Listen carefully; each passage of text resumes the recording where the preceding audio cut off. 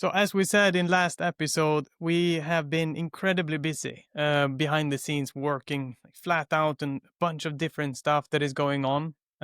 But as part of this, and as you may have seen on social medias recently, we are not going to race in Turkey. So yeah, we will not finish off the season. It feels like a deja vu. We've already said all this. But the difference being that this time we are really not going. No, the exactly. difference is that it's to true be fair, this time. Obviously a month ago or something, it was when I got the call to go to Finland. So, but the problem this time is that you have to go on a ferry. Oh, it was the same to Finland. You had to go on a ferry, but now you have to do, a lot more customs and stuff. So it's actually impossible now. So everyone listening, you can relax. It's not gonna be a last minute save. Timmy's gonna miss. Or is it? Timmy's gonna miss a World Championship event, but he's not announcing his retirement this time also, which is huge news.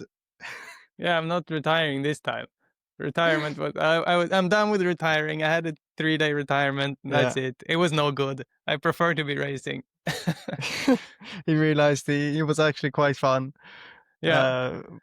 So I've done my comeback now without even missing anything. No, like jokes aside and everything, like Finland was incredible and fantastic and a beautiful gesture of sportsmanship by C Dealer team. But yeah, things move on and things move forward, and we will not be on the start grid for Turkey, and it will be the first event that I ever miss.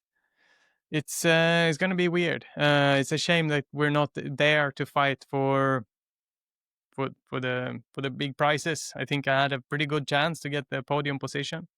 Yeah, but it's also things go. If it was any season that we shouldn't finish, I think looking at our last couple of, probably the last 35 years, I don't know. Look, it's not been our strongest year, and obviously due to a lot of things going on. So I think we were in the weakest position I think we have been in the championship for many years. So if it's any championship that I don't mind missing out it's probably this one. It's not like we were leading and we have to miss one. I think that the would last have been, time none of us got a medal, a trophy in the World Championship is 2018. Yeah. 19 we got first and third. 2020 I got third. 2020 third. 2021 I was tied on points with Johan but got second. 22 was it you? 22? No, I was 23, 24. Yes, years go by quickly, don't they? Where's Hal Ridge when you need him for a bit of fact check?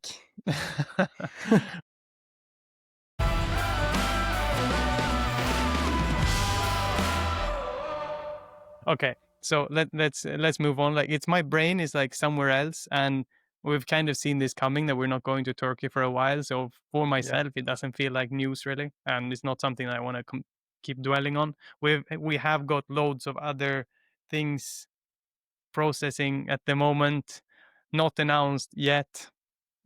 Very exciting stuff.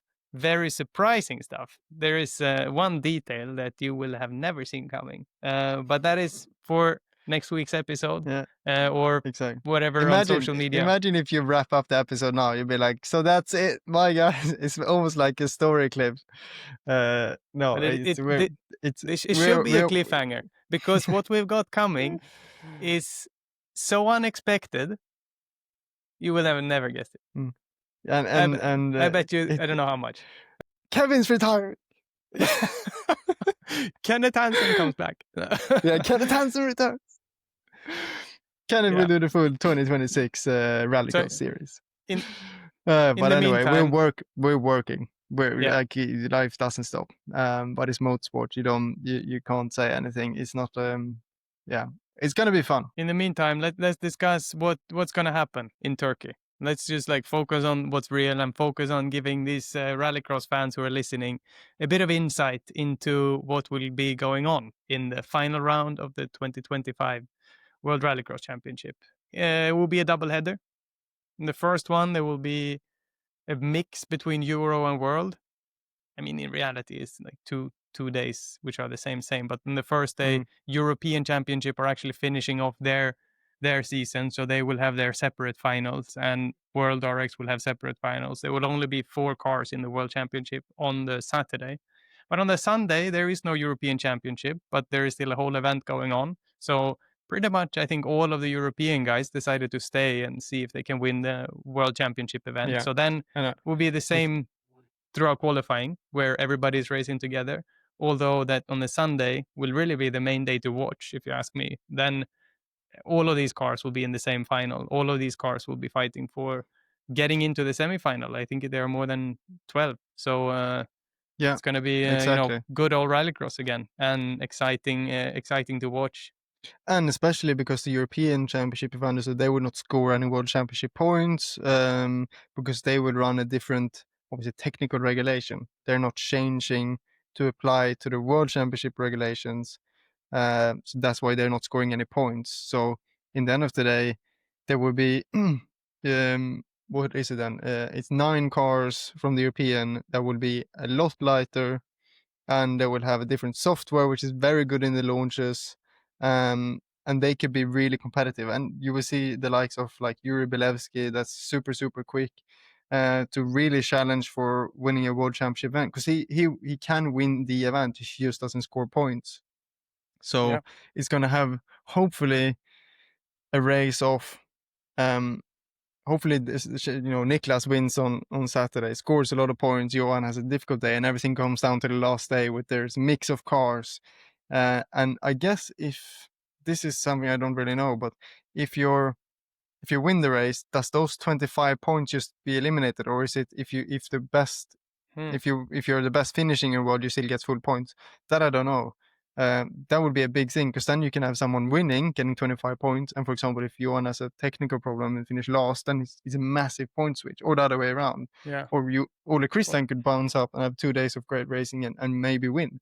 I think the Sunday will be fascinating. The Sunday semi-final, that will be the key race for the championship. If Saturday turns out that it's going to be a close battle for the final day, if Johan doesn't win on Saturday, or that semi-final, not to get a puncture, getting through the turn 1 in a clean way, but there are barriers everywhere. It's not a clean racetrack. It's very narrow everywhere, very slippery. It's going to be a lot of guys from the European Championship who kind of arrives at that race and see that this is my chance to prove myself how good I am, and I'm gonna take every opportunity that is given to me. So they're not gonna be in championship mode. They're gonna be absolutely flat out going for a gap that is not there. Perhaps I think we're gonna see a lot of exciting racing. It's a good racetrack for because you do slide quite a bit on the gravel. There's a few overtaking opportunities like it. It's also on the tarmac. It's very wide. You can really get your nose. You can sacrifice a corner to win in the next one.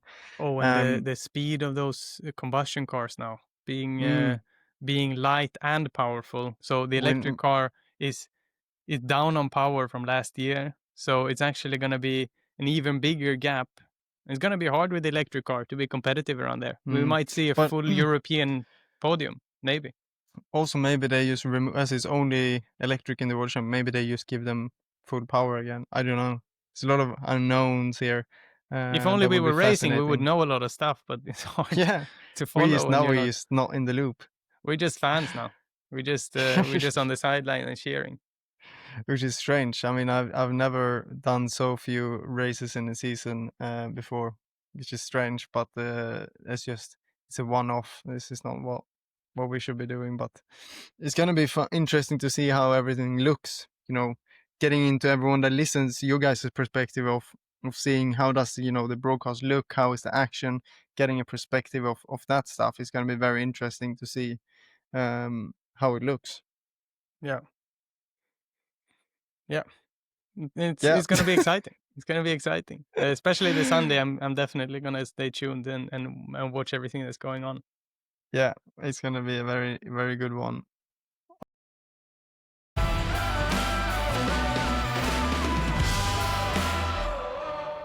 On another note, I have just been in Poland, and I did one thing that was better than the rest. Do you know what that is? Go on. there was this kind of race of champions like race over there where they called it the Clash of Legends. It was alongside the Red Bull Drift Masters final in Warsaw. So it's in a stadium which was sold out. It was 50,000 people in this Incredible. massive stadium. Not 50,000 over the weekend, stuff like that. No, No, 50,000 at the same time. packed. Yeah, so No whenever yaks back. yeah, and the drifting show was unreal. That was the main event, and I've never seen a drifting competition before, but man, no, it's cool. It's cool. And also in the stadium, whenever they crashed or something, you just hear like the roar of a whole stadium, like a football game or Incredible. anything like that, kind of overpowering the sound of the engines. It was a proper cool atmosphere over there, and we were kind of halftime show. It was a couple of fantastic drivers: Carlos Sainz, David Coulthard, Matthias Ekström, Jan Kristoffersson, myself, three Then a few Polish, locals. Yeah. three Polish guys who were also, very, very strong in their own fields. But then we did a kind of race of champions like format where you go head to head and you're chasing each other, 3-lap race. And I won my semifinal, quite by quite a good margin. The track Nice. was like picture an oval track, flat, like laying flat. But on each straight, we had to do a donut around the barrel. Right. Because it's drifting, so then Yeah. gotta get us And you drifting. had these Polaris with like road tires. Yeah, exactly. The Polaris Racer, but they put it in rear wheel drive only, and they put road tires on it. So it was pretty weird to drive, to be honest. I can imagine. Finally, your time in having your first car, which was a BMW, back on the ice in like 2008 or something. Then you could drive around and drift and stuff. Finally, that comes into handy with a bit of rear wheel drive experience. It was, yeah.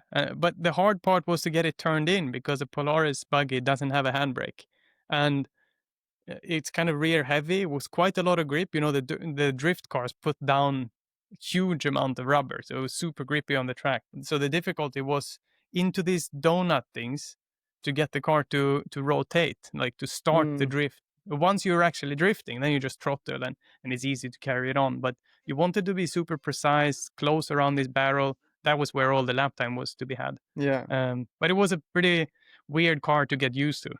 We were all pretty worried, I think, in free practice. We were called the Clash of Legends, but we did not look like legends, I promise. Yeah. The crashing off legends. Everyone doing mistakes. Exactly. No, so my semifinal I won, and then I was up against Johan Kristoffersson for the semifinal. And you won the quarterfinal, and then I you won the met him quarterfinal in the semi. Yeah. Yeah, correct. And yeah, like, I've spent my career getting beaten by Johan, so this is a race that you like. Now we're actually in equal cars, so you want to do well here. And we have a pretty close race. You kind of always, peeking over to where he is. It's a 3-lap race, and I don't think any of us was sure who won it by the time we crossed the finish line. And there was this guy standing, typical to drifting. He listens to the stewards and then kind of points at the guy who moved forward to the final. And I'm sitting there, bit like in boxing, lifting the arm of whoever exactly, won. Exactly that. And the stadium packed, 50,000 people. So I'm sitting there and I'm like, oh, man, like he's probably beating me again, for the millionth time. But no, I won. He pointed at me. Good. And I was well excited. It's good I'm up against Jan Kristoffersson in the same car. And then, Timmy Hansen is not so easy to beat. So you won the semi, and then who did you go up to in the final? Then I went straight from my semi-final, and I didn't get to go into the paddock again. I just had to line up immediately within like a minute of driving. So Johan jumped out of that car, and Matthias got in? And Matthias Ekström won the other semi-final against David Coulthard, I believe. And DC, always old fox, Yeah. That's so we lined up, time. But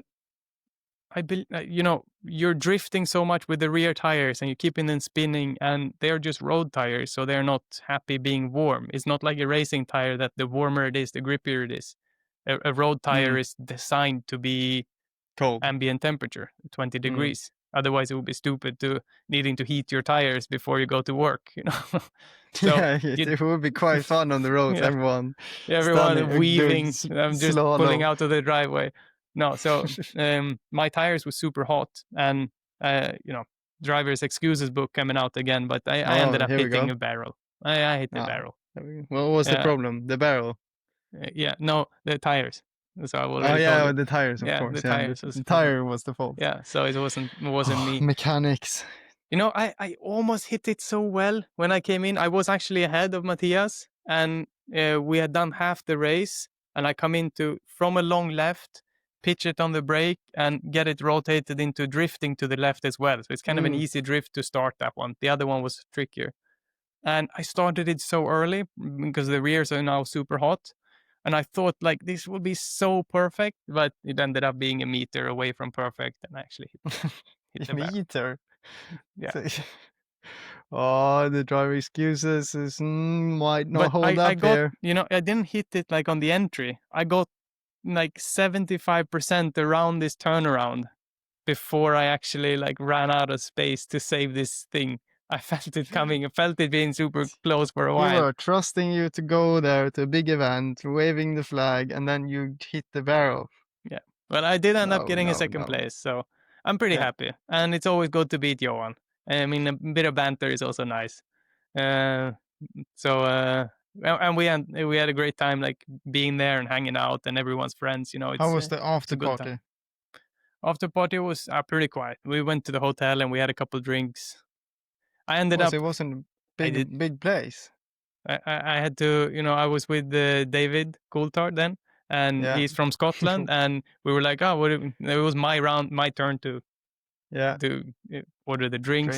It was just three of us at this time at the end of the night, and I let David pick out the whiskey. He's just, and he's not broke, the dude, so he's used to pretty good whiskeys. So he goes around looking around and decides that this rare cask, whatever whiskey from Scotland, we should try that one. So he goes ahead and he orders a double of this whatever whiskey. Nice. And unfortunately, they said, "Oh, we don't have much left in this bottle, so can just give you a single each." All right then, so get it. And it was my turn to pay. He ended up leaving, and I stayed a little bit longer. But you know what that 4 centiliters of whiskey cost me? Oh God. 100 euros for 4 centiliters. And times was 2. It good? Yes, it was really good. But so you spent 300 euros on a little whiskey. I'm a farmer from Sweden. I drive on dirt. You're not the farmer. I can't afford. I can't afford that kind of whiskey. You can. Don't worry. Exactly.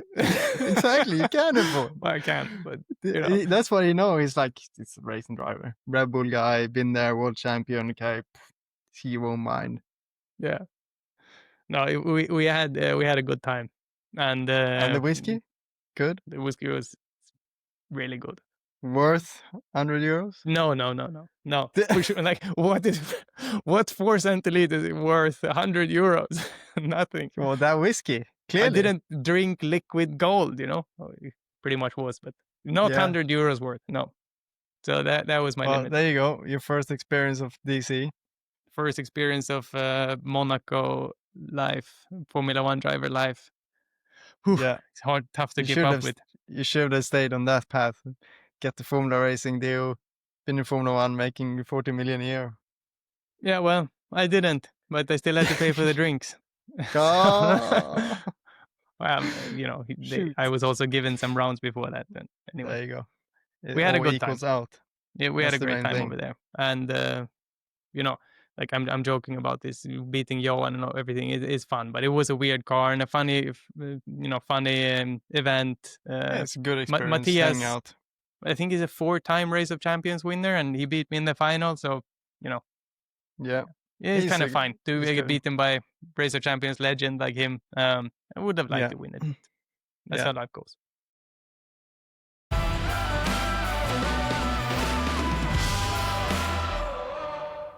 What's coming up for the rest of the week for Timmy Hansen? Wow, I'm super busy with whatever we cannot say anything about. That's pretty much it. And we'll have a visitor here on Thursday that I can say nothing about. I'll be Perfect. So that's good. Nice. Good chat on the busy. podcast. Good content. And sorry. Yeah, that's Catch good next content. week's episode. Do not miss next week. I'm telling you, the next week is the day when we say some things that you did not expect. Maybe just people can start having a few guesses of what we're, people can guess free. Yeah, maybe go ahead. Timmy Write it in the Hansen comments. But you will not be right. So go as wild as your imagination can travel. Timmy And then make your guess. And you will still not be far enough. Timmy will be on Love Island 2026. What? No, go as far as your brain can take you. Type your guess in the comments. You will still be wrong. Sorry. There's no way. There's no way. Okay. Kevin, you have something special going on? Tomorrow, which is Wednesday tomorrow, I'm flying to Barcelona to have a test in a Dakar car. Nice. Just have a little try and see if there's any potential, future there. As I always said, I always want to do the Dakar, so I'm exploring opportunities. So we'll go and try that. I'll probably post picture on my socials and stuff like that from the day, and see if that's any possibility. Because I would quite fancy to be, 3 weeks and New Year's Eve in Saudi Arabia, being in a race car for 2 weeks. So that's the place to be in the motorsport world in January. Yeah, that's the only thing really. So flying to Barcelona, doing that on Thursday, when everybody is listening into this. So then you can actually tap in and have a look at my socials. Hopefully I've posted. Anyway, we look forward to catch you all next week's episode, which will be really fun. Do not miss that week. Turn on the notifications. If you're not subscribed for any reason, tap in.